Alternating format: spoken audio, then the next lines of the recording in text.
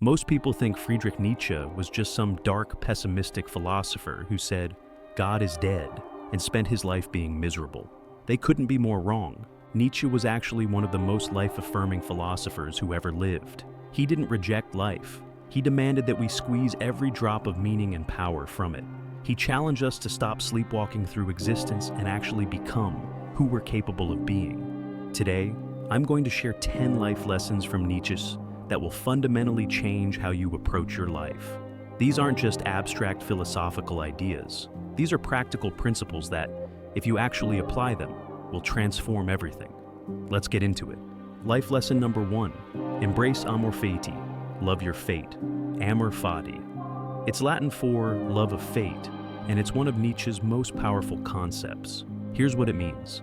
Don't just accept what happens to you, actively love it. Everything that happens, good or bad, is part of your story. Your job isn't to wish things were different.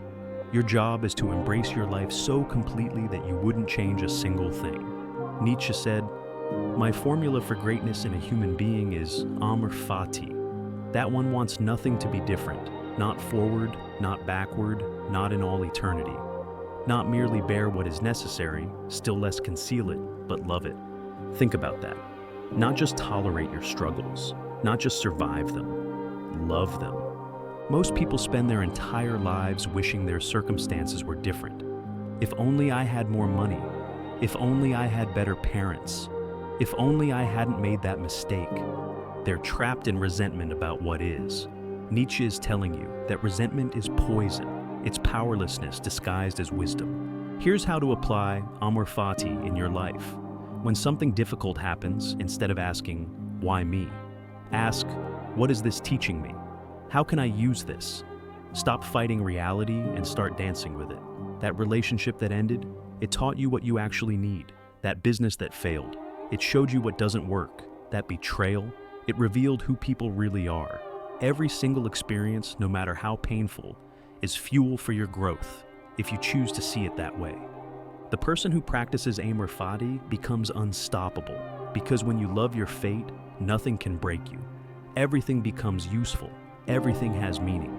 You stop being a victim and become the hero of your own story.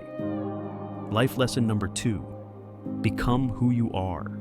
Nietzsche wrote, "Become who you are." It sounds paradoxical, right? How do you become what you already are? Here's what he meant. You're not born as a finished product. You're born as raw potential.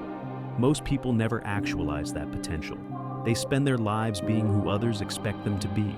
Your parents wanted you to be stable, so you became an accountant even though you wanted to be an artist. Society told you success looks a certain way, so you chased that definition instead of creating your own.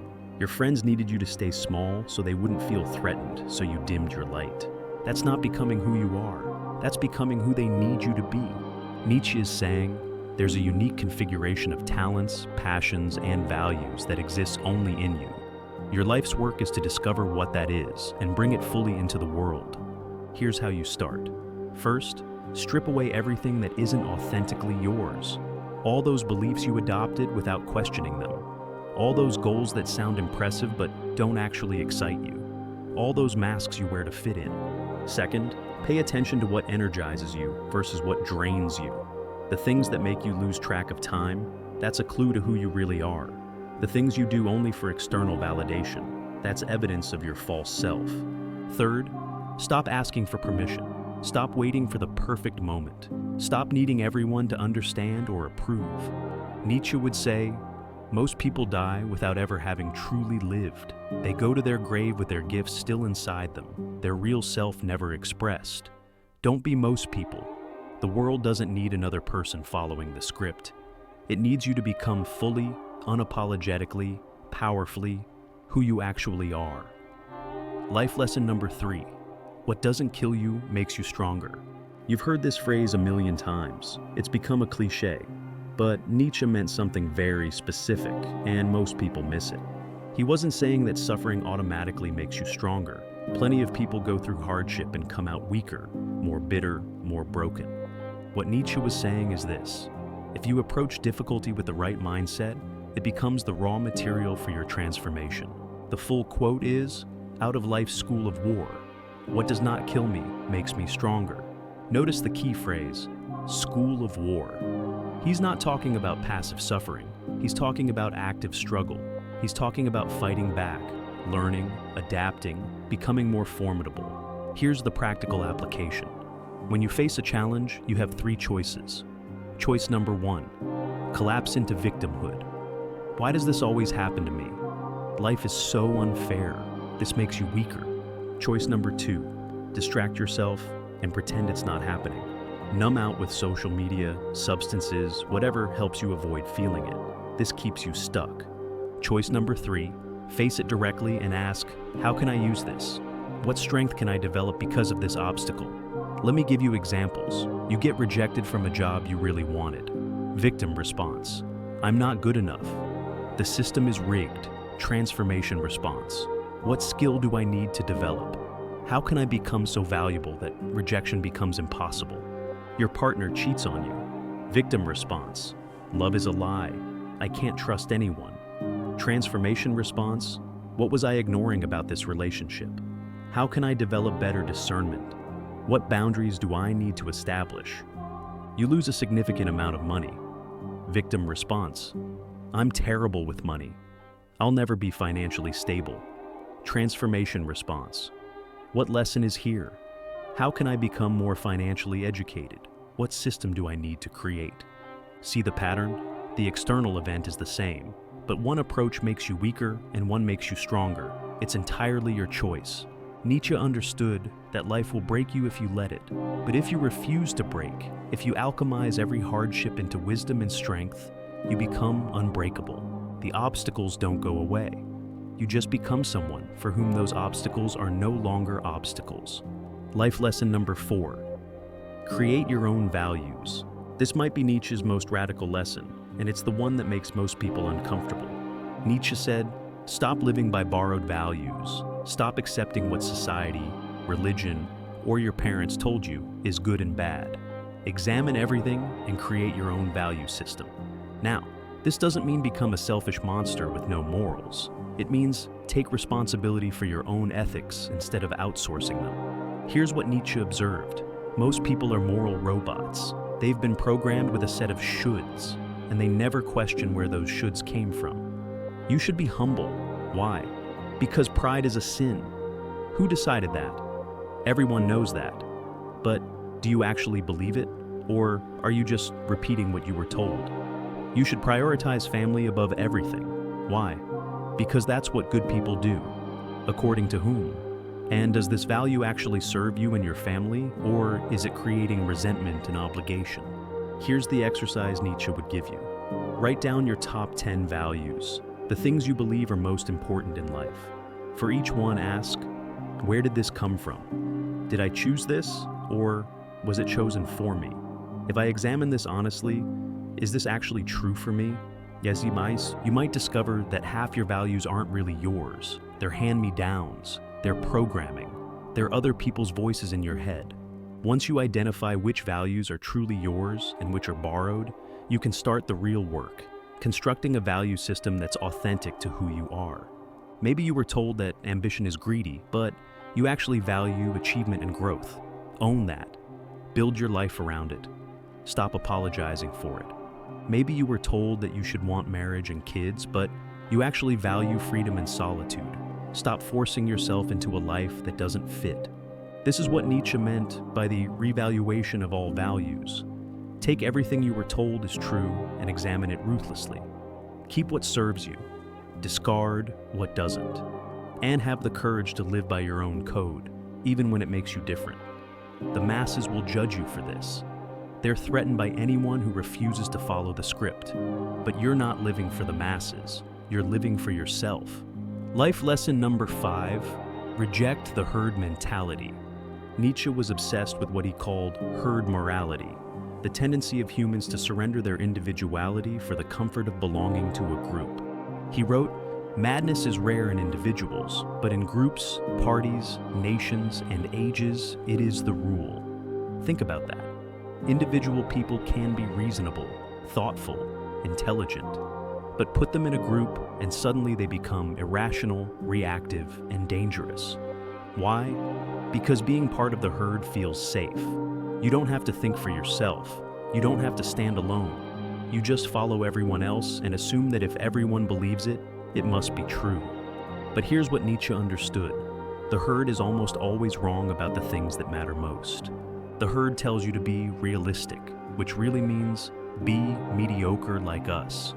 The herd tells you to settle, to play it safe, to not rock the boat. The herd punishes anyone who dares to be different. History proves this over and over.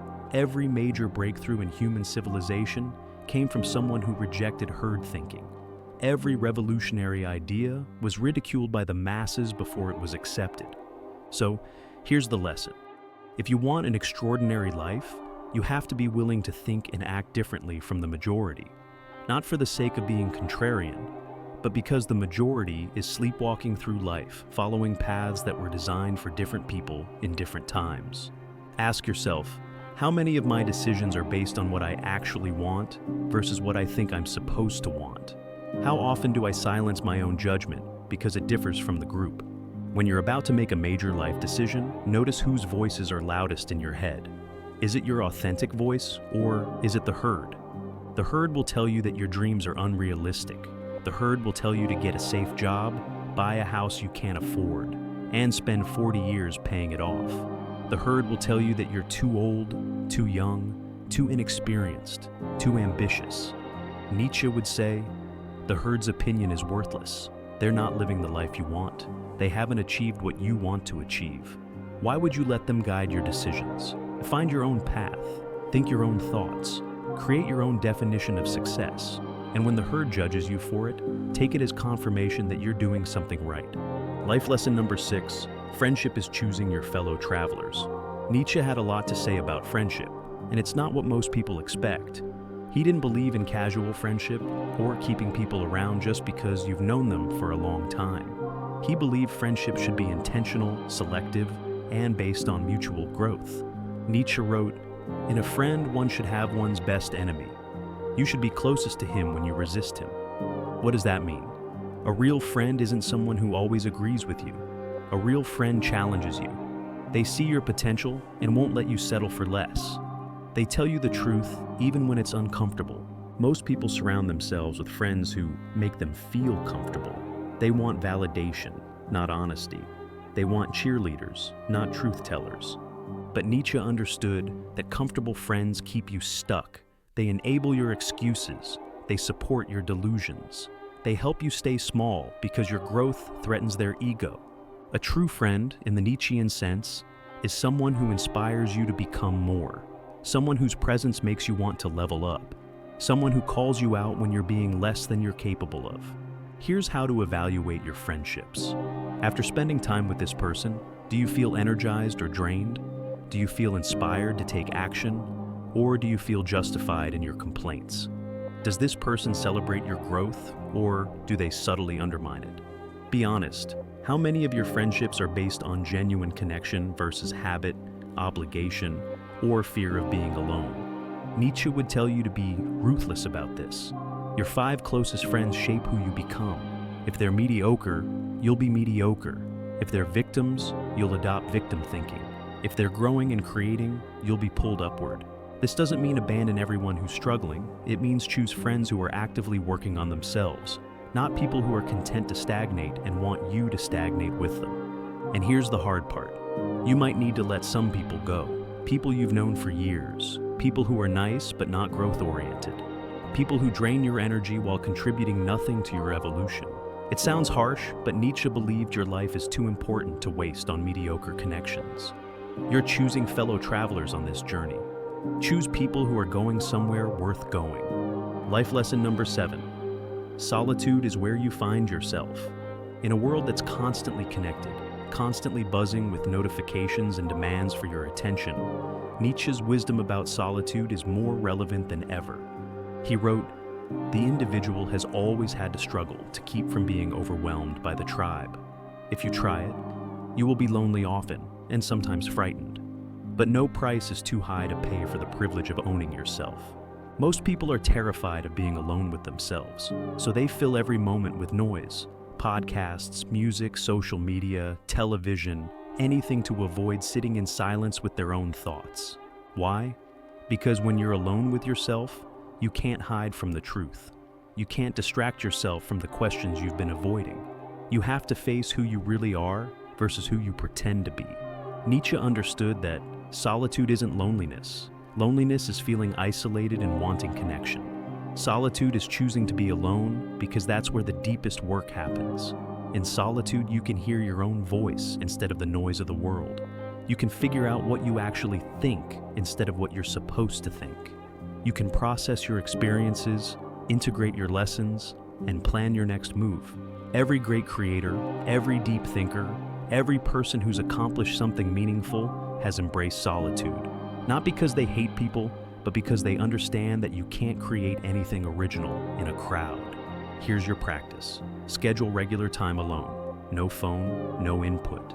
Just you and your thoughts. Start with 30 minutes if that's all you can handle. Sit with yourself. Journal. Think. Let your mind wander. You'll be uncomfortable at first. Your brain will scream for stimulation. Push through it. Over time, you'll start to notice that your best ideas come in solitude. Your deepest insights emerge when you're not consuming anyone else's content. Your authentic self appears when there's no one to perform for. Nietzsche would say, if you can't be alone with yourself, you don't actually have a self. You're just a collection of other people's opinions and society's programming.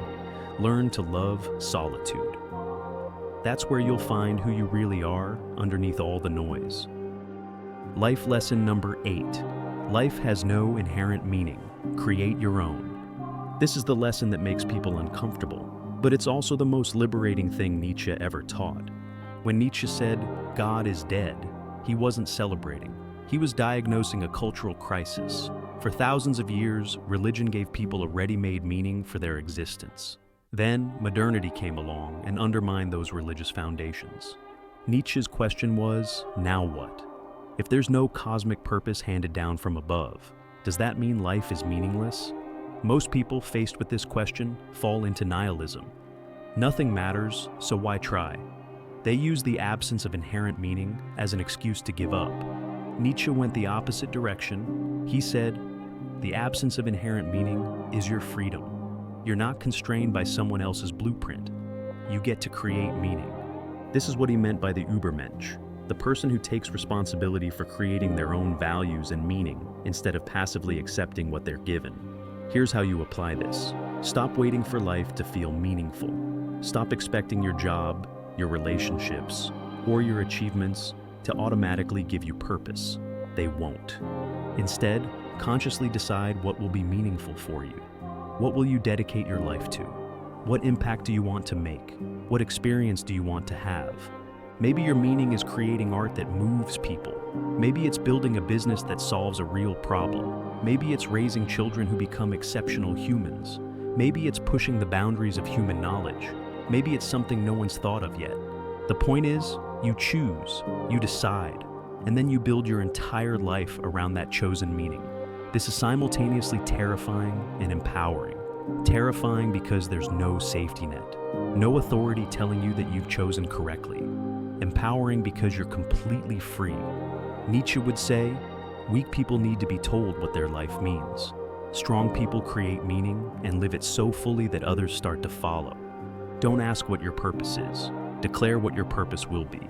Then live in a way that makes that purpose real. Life lesson number 9. Suffering is necessary for growth. Modern culture tries to eliminate all suffering. We have pills for every discomfort, distractions for every difficult emotion, quick fixes for every problem. Nietzsche would say we're making a catastrophic mistake. He wrote, "To those human beings who are of any concern to me, I wish suffering, desolation, sickness, ill treatment, indignities. I wish that they should not remain unfamiliar with profound self-contempt, the torture of self-mistrust, the wretchedness of the vanquished." That sounds cruel until you understand what he's actually saying. He's not wishing harm on people he cares about. He's recognizing that growth requires friction, strength requires resistance, wisdom requires mistakes. Think about it. Every meaningful thing you've learned came through difficulty. Every strength you developed came from struggle. Every moment of real growth happened when you were uncomfortable. The person who avoids all suffering remains weak, shallow, and fragile. They've never been tested, so they don't know what they're capable of. They've never struggled, so they have no resilience. But the person who faces their suffering directly, who leans into the discomfort, who uses pain as fuel for transformation, that person becomes formidable. Here's how to apply this lesson. Stop running from discomfort. That difficult conversation you're avoiding, have it. That scary goal that might require you to fail publicly, pursue it. That deep emotional work you've been putting off, start it. When you feel resistance, that's your cue that you're at the edge of growth. Lean in. The discomfort is information. It's showing you where you need to develop. Nietzsche isn't saying to seek out suffering for its own sake. He's saying when suffering inevitably comes, use it. Extract every lesson, build every strength, transmute the pain into power. The people who try to avoid all suffering end up suffering more because they never develop the capacity to handle life's inevitable difficulties. They're fragile. The people who embrace suffering as the price of growth become anti-fragile. They get stronger with every challenge. They welcome the difficulty because they know what's on the other side. Life will hurt you. That's not optional. What's optional is whether you let that hurt destroy you or forge you into something stronger. Life lesson number 10. Die empty. Give everything you have. Nietzsche wrote, "The essential thing in heaven and earth is that there should be a long obedience in the same direction. Thereby results, and has always resulted in the long run, something which has made life worth living." In other words, commit fully to something and see it through. Don't half do 10 things. Fully do one thing. Most people die with their potential unrealized. They had ideas they never pursued, talents they never developed, gifts they never shared. They played it safe, held back, waited for the perfect moment that never came. Nietzsche is telling you, don't die with your music still inside you. Whatever it is you're here to do it fully. Don't hold back 20% just in case it doesn't work out. Don't hedge your bets. Don't play small because you're afraid of judgment. Give everything. Burn completely. Leave nothing on the table. This doesn't mean be reckless. It means be all in. If you're building something, build it with total commitment. If you're creating something, create it with everything you have. If you're loving someone, love them without reservation. The worst life is the cautious life. The life where you always have one foot out the door, always keeping your options open, never fully committing to anything because you're afraid of being disappointed. That's not wisdom. That's cowardice dressed up as prudence. Nietzsche believed in living so intensely, so fully, so completely, that when death comes, you have nothing left to give. You used all of it. You became everything you were capable of becoming. You created everything you had inside you. Here's how you know if you're living this way. At the end of each day, are you exhausted in a good way? Did you give your best effort to what matters most? Or did you coast? Did you distract yourself? Did you hold back? At the end of your life, will you be able to say, I gave everything I had? Or will you be haunted by, I wonder what could have been? Nietzsche would tell you, the only tragedy is dying before you've actually lived. The only real failure is reaching the end and realizing you never really tried. So here's my challenge to you based on everything we've covered. Take these 10 lessons and actually apply them. Don't just nod along and do nothing. That's what most people do. And most people live mediocre lives filled with quiet regret. Lesson 1, embrace amor fati. Love everything that happens, even the hard stuff, and use it all as fuel. Lesson 2, become who you are. Strip away the false self and bring your authentic self fully into the world. Lesson 3, let suffering make you stronger. Face your challenges head on and extract the growth. Lesson 4, create your own values. Stop living by borrowed morality and build your own ethical framework. Lesson 5, reject the herd. Think for yourself, even when it makes you unpopular. Lesson 6, choose your friends carefully. Surround yourself with people who elevate you, not enable you. Lesson 7, embrace solitude. That's where you'll find your real self and your best ideas. Lesson 8, create your own meaning. Don't wait for purpose to be handed to you. Declare it and live it. Lesson 9, use suffering as a teacher. The pain is the price of growth. Pay it willingly. Lesson 10, die empty. Give everything you have. Hold nothing back. Become fully who you're capable of being. Nietzsche's philosophy isn't for everyone. It requires courage. It requires honesty.